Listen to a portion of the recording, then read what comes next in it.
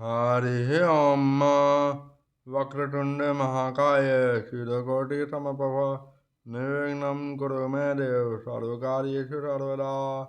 प्रिय दर्शकों नमस्कार, जय श्री कृष्णा। मैं पंडित पीयूषकांत शर्मा ज्योतिषाचार्य आज के वीडियो में आपका हार्दिक स्वागत करता हूँ। आज के वीडियो में हम चर्चा करेंगे कि कुंडली में राजनीति में सफलता के लिए कौन से योग होते हैं, उसके बारे में चर्चा करेंगे और उदाहरण भी समझाएंगे, उदाहरण देकर समझाएंगे। चलिए शुरू करते हैं आज का वीडियो बिना विलम्ब किए। सबसे पहले ग्रहों की चर्चा करें तो ग्रहों में राजनीति के लिए सबसे पहला ग्रह आता है शनि। क्योंकि शनि जनता का कारक ग्रह माना गया है और जनता के द्वारा सरकार चुनी जाती है और जनता को दास माना गया है और शनि जनता का कारक ग्रह, जनता के द्वारा सरकार चुनी जाती है, इसलिए शनि को पहले नंबर पर रखा जाता है।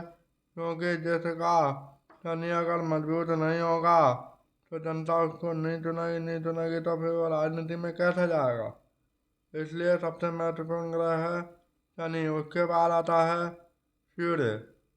सूर्य को ज्योतिष शास्त्र में सरकार का कारक ग्रह माना गया है। चंद्रमा मन का कारक ग्रह माना गया है और राजनीति की दृष्टि से देखें तो चंद्रमा को भी जनता का या प्रजा का ही कारक माना गया है और इसलिए सूर्य शनि चंद्रमा, उसके बाद में आता है बृहस्पति या गुरु।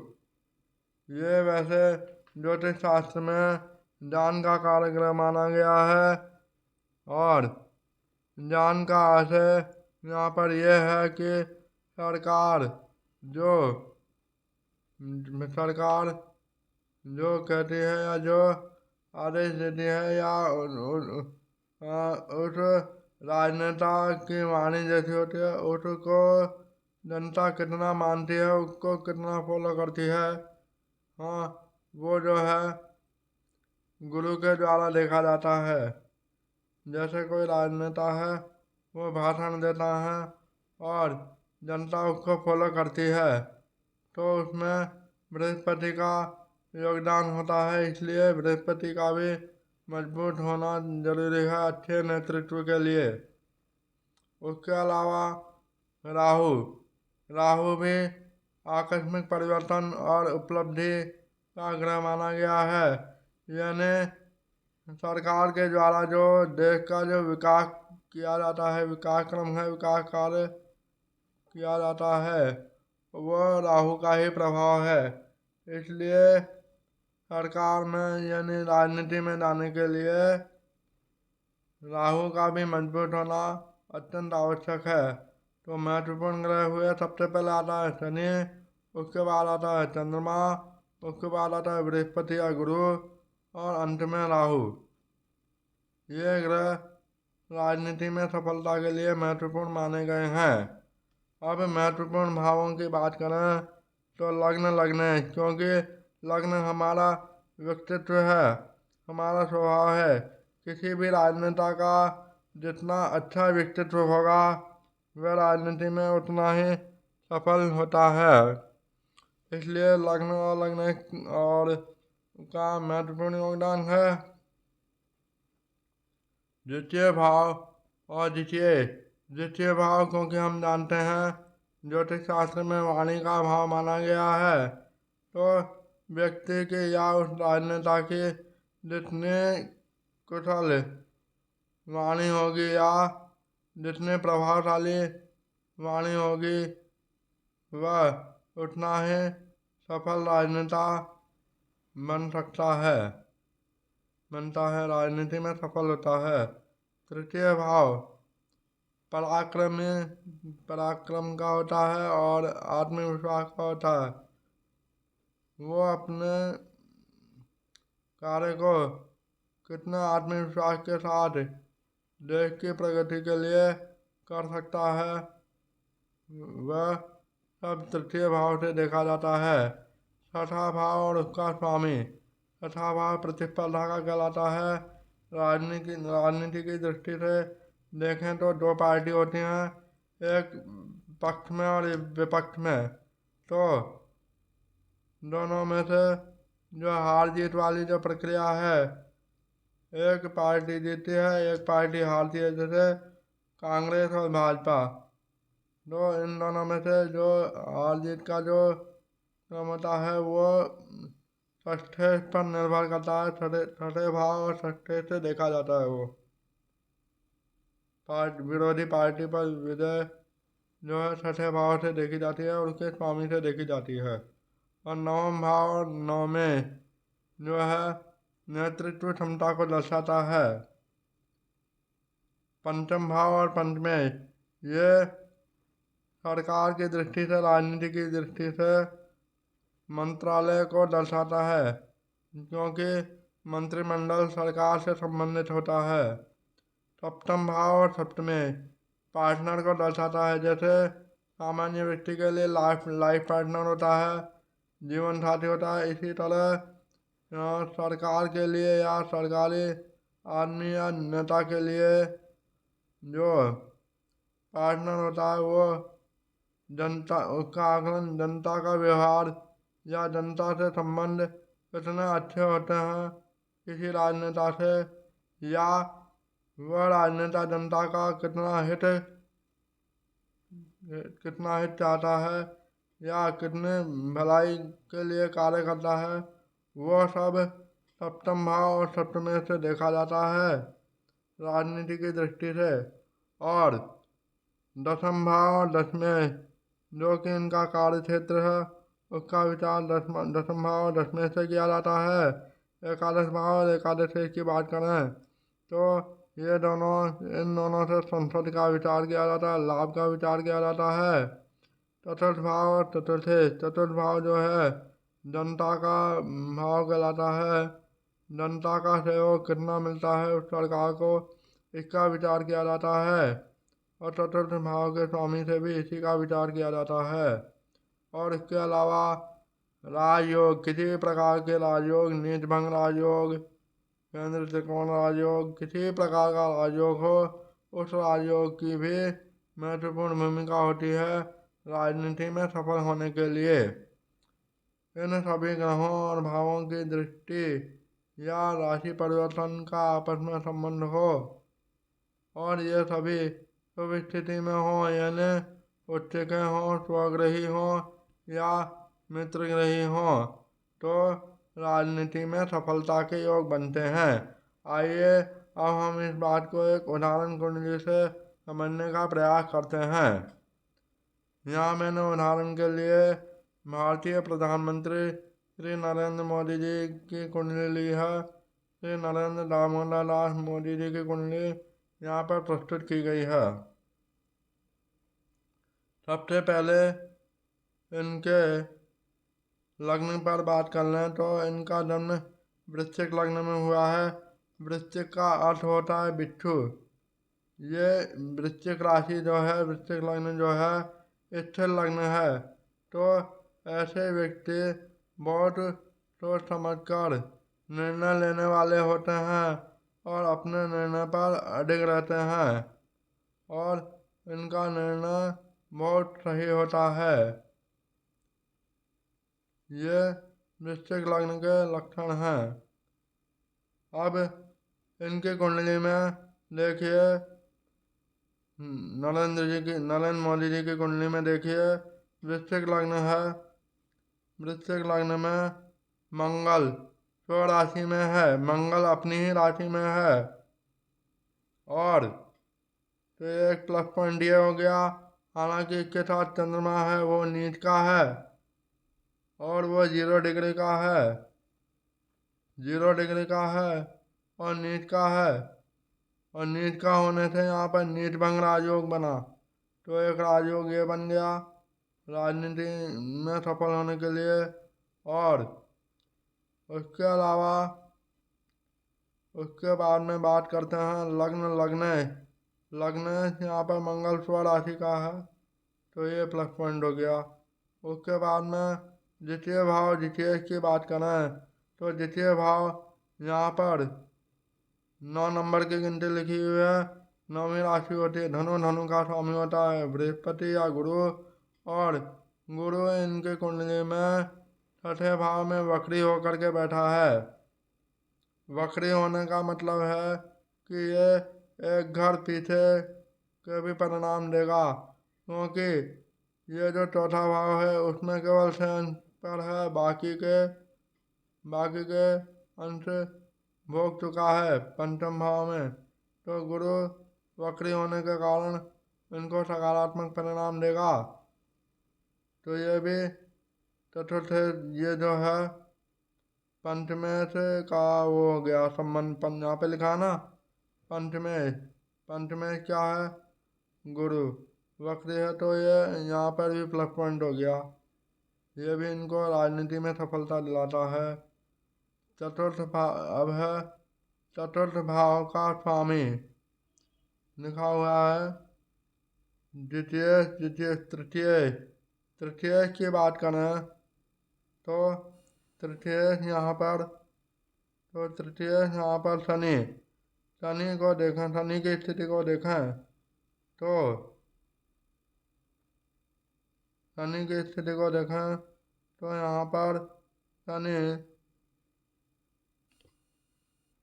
शनि की स्थिति को देखें तो यहाँ पर शनि जो है दसम भाव में बैठा है। 29 अंक पर कर्म भाव में बैठा है। अब शनि यहाँ पर क्या है चतुर्थ होकर के दसम भाव में बैठा है और गुरु पर दृष्टि है, और शनि की तीसरी दृष्टि है द्वादश भाव पर, और 10वीं दृष्टि है सप्तम भाव पर। तो शनि और गुरु की दृष्टि इनको जो है इनको चतुर्थ का चतुर्थ से का दसम भाव से संबंध हो गया, तो ये भी राजनीति में जाने का योग हुआ। और उसके बाद में ये हो गया चतुर्थ का 10वें से संबंध, और तृतीय का भी 10वें से संबंध हो गया क्योंकि तृतीय और चतुर्थ दोनों शनि दसम भाव में बैठा है। उसके बाद में अगली बात करते हैं पंचम भाव और पंचमें। पंचम भाव का स्वामी चतुर्थ भाव में बैठा है, तो पंचमें का चतुर्थ पंचम भाव का चतुर्थ भाव पंचमें का चतुर्थ भाव से संबंध हो गया, तो ये बना राजनीति में जाने का योग। उसके बाद में सप्तम भाव को देखें तो सप्तम भाव में वृषभ राशि है। वृषभ राशि का स्वामी शुक्र है। शुक्र जाकर के इनकी कुंडली में दसम भाव में बैठा है, तो यह भी योग हुआ। सप्तमे का दसम भाव से संबंध हो गया। सूर्य इनकी कुंडली में एकादश भाव में है, जो कि 10वें से होकर के एकादश भाव में, तो 10वें का एकादश भाव से संबंध हो गया। इसके अलावा छठे भाव की बात करें तो छठे का मैंने बताया मंगल स्वराशि में बैठा है, तो ये संबंध हो गया। लग्न में बैठा है, ये संबंध हो गया। और उसके अलावा और कोई बाकी है द्वादशेष और ये शुक्र, ये भी दसम भाव में है। ये भी राजनीति में सफलता का योग है। अब हम आपको बताना चाहेंगे कि राजनीति में जाने का योग तो हो गया नरेंद्र मोदी का, लेकिन एक बात जरा गौर कीजिए, इनके कुंडली में चंद्रमा इनके कुंडली में मंगल 0 अंश पर है। लग्न के डिग्री है 5 और मंगल की डिग्री है 9, और 0 डिग्री का है सूर्य, 0 डिग्री का है बुध, और केतु 5 डिग्री का है। तो इतने कम डिग्री होने के बावजूद भी इनको इतनी सफलता कैसे हासिल हुई, आइए जानते हैं। इसके पीछे ये कारण है इनका पुरुषार्थ। इनका पुरुषार्थ ही इनको इस इस मुकाम पर ले जाने में महत्वपूर्ण भूमिका निभाता है। ये जैसे एक उदाहरण के लिए बताएं तो जैसे इन्होंने नोटबंदी के दौरान दृढ़ निश्चय लिया था और इससे डंक का उदाहरण लें तो व्यापारियों को नुकसान हुआ, लेकिन अंत में जनता के भले के लिए ही ये निर्णय उनका बिल्कुल सही था। तो ये इनका जो है प्लस पॉइंट है। इसके अलावा पुरुषार्थ की बात करें तो जब जैसे इन्होंने अनशन किया था, जैसे नवरात्र में इन्होंने अनशन किया था, तो इन्होंने सिर्फ नींबू और पानी पिया था और इसी से नवरात्रों का व्रत किया था। और लेकिन साथ में ये कर्म भी करते रहे, तो इनका कर्म ही इनका पुरुषार्थ है और पुरुषार्थ की बदौलत ये श्रेष्ठ प्रधानमंत्री बने और इतने लोकप्रिय हुए। अब वहीं इनके दशमान कुंडली पर गौर करें तो दशमान कुंडली की बात करें तो दशमान कुंडली में केवल सूर्य का विचार किया जाएगा, क्योंकि सूर्य सरकार का कार्यक्रम माना गया है। अभी ऊपर बताया था सूर्य इनकी कुंडली में एकादश भाव में बैठा है और सूर्य सिंह राशि धनेश होकर के एकादश भाव में बैठा है, वह भी अपने शत्रु की राशि में। और बुध जो है द्वादश और तृतीय होकर के एकादश भाव में बैठा है। इस प्रकार से इनकी कुंडली में बुधादित्य योग बना दशमान कुंडली में, तो ये भी इनको राजनीति में सफलता दिलाता है। इनका ये अपने मेहनत के बल पर ही राजनीति में सफल हुए, क्योंकि पराक्रमेश दशमान कुंडली का पराक्रमेश इनकी कुंडली में एकादश भाव में बैठा है। एकादश भाव संसद का लाभ का होता है, उससे संबंध बना रहा है। और बुध की दृष्टि जो है बुध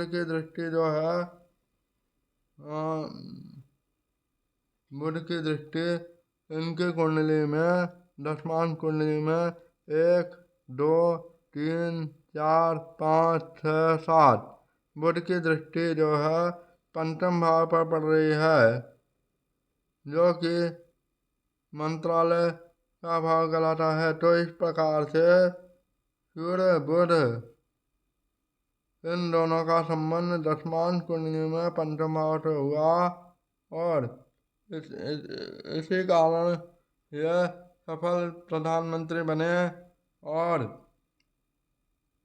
इनके पुरुषार्थ के कारण ही इन्हें इतनी लोकप्रियता हासिल हुई और 2 बार हमारे देश भारत के प्रधानमंत्री बने। और वहीं इनके विदेश यात्राओं की बात करें तो यहाँ पर लग्न कुंडली में आप देखिए, लग्न कुंडली में द्वादश भाव से क्या किया जाता है, विदेश यात्रा का विचार किया जाता है। द्वादश जाकर के दसम भाव में बैठा है, दसम भाव में बैठा है और द्वादश जाकर के दसम भाव में बैठा है। और जो सूर्य जो है लाभ भाव में बैठा है, जो कि कर्मेश है। दसम भाव का स्वामी लाभ भाव में बैठा है और द्वादश भाव का स्वामी कर्म भाव में बैठा है। तो इस प्रकार से द्वादश का संबंध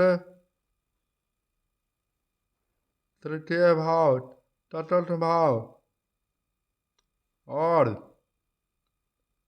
द्वितीय भाव, चतुर्थ भाव और दशमेश का संबंध एकादश भाव से होने से और इसके अलावा सूर्य, बुध और केतु की दृष्टि जो है, पूर्ण दृष्टि जो है पंचम भाव पर होने से और इनका जो शुक्र है उसका संबंध द्वादश भाव से होने से,